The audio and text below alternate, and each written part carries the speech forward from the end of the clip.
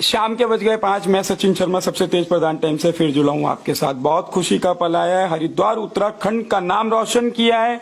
जहां आरा अंसारी ग्राम सराय हरिद्वार, एक छोटे से ग्राम से मुस्लिम समाज से जज बनी है। बहुत खुशी का पल है। देखिए, अपनी बेटी का मुंह मीठा करवाते हुए इस बेटी ने पूरे गांव का, पूरे उत्तराखंड का नाम रोशन किया है। जज बनने के बाद तो सीधे जुड़े हैं आप सबसे तेज प्रधान टाइम से। आप देख रहे हैं लाइव प्रसारण। जज बनी है। आप देखिए कितना कितना भाग्यशाली ये दिन आया है एक पिता के लिए कि उनकी बेटी ने जज बनकर नाम रोशन किया है। पूरे गांव का, पूरे हरिद्वार का, एक छोटा सा गांव कितना कठिन रहता होगा।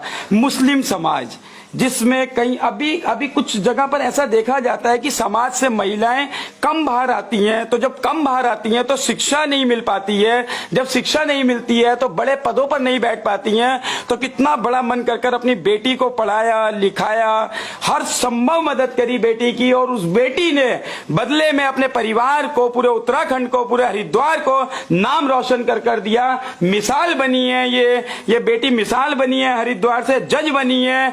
मुस्लिम समुदाय से आती हैं, समाज से आती हैं। बहुत ही खुशी का पल है। तो आइए सीधे जुड़ते हैं जज साहब से।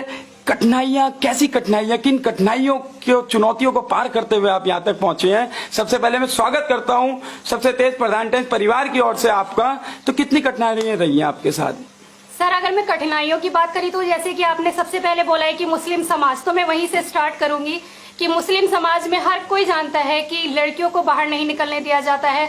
पढ़ाई तो इतने लेवल तक आना तो बहुत दूर की बात है। तो मैं सबसे पहले तो यही बोलूंगी कि फैमिली में क्या रिलेशन वाले जितने भी होते हैं, हर किसी ने, मेरे साथ मेरे फादर बैठे हुए हैं और ये मेरे भाई बैठे हुए हैं, पूरे फैमिली के सपोर्ट से आज मैं यहाँ पर हूँ। क्योंकि इन्होंने भी वही सब सुना है जो कि समाज में लोग बोलते हैं, अरे बेटी है, बेटी को क्यों पढ़ा रहे हो, कितना पढ़ाओगे, बेटी बन के क्या करेगी, दूसरे घर जाना है। लेकिन उसके बावजूद मेरी पूरी फैमिली ने मुझे इतना ज्यादा सपोर्ट किया है और माशाल्लाह इन्हीं की वजह से मैं आज यहाँ तक पहुंची। तो देखिए, अब ये परंपरा छोड़ दीजिए कि बेटी को तो अपने घर जाना है, क्या करोगे उसे पढ़ाकर। जज बनाइए, पढ़ाइए, लिखाइए, समाज के लिए, वो समाज के वो जो कार्य करेंगी। अब देखिए, इनकी कलम के अंदर वो ताकत रहेगी, वो निर्णय वो लेने की क्षमता रहेगी। जब बेटी जज बनकर आई है तो समाज के लिए बड़े बड़े निर्णय लिए जाएंगे। जहां एक और देश के अंदर बड़े बड़े कांड होते हैं, तो महिलाओं के लिए स्पेशल क्या कहना चाहेंगे? आपकी महिलाओं के लिए जो कानून और कठोर बने, क्या करना चाहिए न्यायिक व्यवस्था को कि और ज्यादा कठोर कानून बने, अपराध ना हो? देखिए, अगर जैसे कि आप कानून की बात कर रहे हैं तो कानून तो ऑलरेडी बहुत ज्यादा कठोर है और अभी 2018 में बहुत ज्यादा अमेंडमेंट हुए हैं कानून के अंदर। कानून बहुत कठोर है। आपको अगर आप शिक्षा देंगे, शिक्षा का क्षेत्र एक ऐसा है कि हर इंसान का नेचर उससे चेंज हो जाता है। शिक्षा की कमी है हमारे देश के अंदर। तो मैं ये कहूंगी एक अच्छी एजुकेशन, एक अच्छे संस्कार आप अपने बच्चों को दीजिए ताकि इस जैसी परिस्थितियां महिलाओं के साथ देखने को ना मिले। तो देखिए, मुस्लिम समाज से आती हैं आप, जज बनी है और खुद ही कहा है कि आप शिक्षित करिए बच्चों को, पढ़ाइए लिखाइए, वो समाज के लिए कार्य करेंगे, आपके परिवार का नाम रोशन करेंगे, आपके देश का नाम रोशन करेंगे। जज बनने के लिए और जो आने वाली पीढ़ी जो है, यंग जनरेशन, उन्हें क्या करना चाहिए? वह कहां से स्टार्टिंग करनी चाहिए, कैसा करना चाहिए? स्टार्टिंग तो आपको अपने अंदर से करनी पड़ेगी। आज आप मुझे यहाँ पर इस प्लेटफॉर्म पर देख रहे हैं तो आपको खुशी होगी।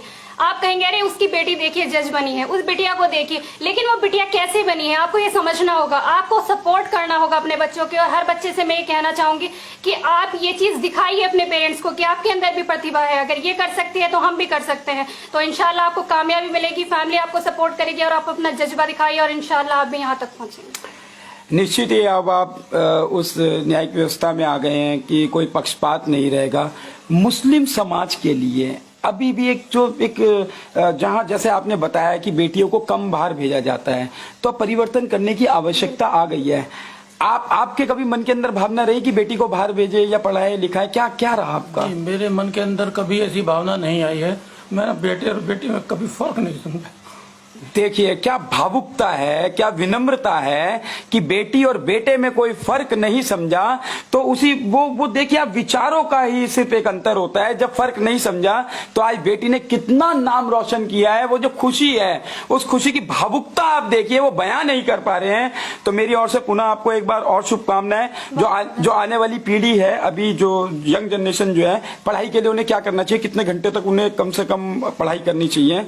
देखिए, जैसे कि सभी जानते हैं इंडिया के अंदर हाईएस्ट यूथ है, तो उस पूरे यूथ के लिए मैं बोलूंगी कि आप जिस भी फील्ड में जाना चाहिए, जिसमें भी जाना चाहते हो, आपका इंटरेस्ट होना चाहिए उस फील्ड में। सबसे पहले तो आप इंटरेस्ट जगाइए, आप अपने अंदर से ये जानिए कि आपको आखिर करना क्या है।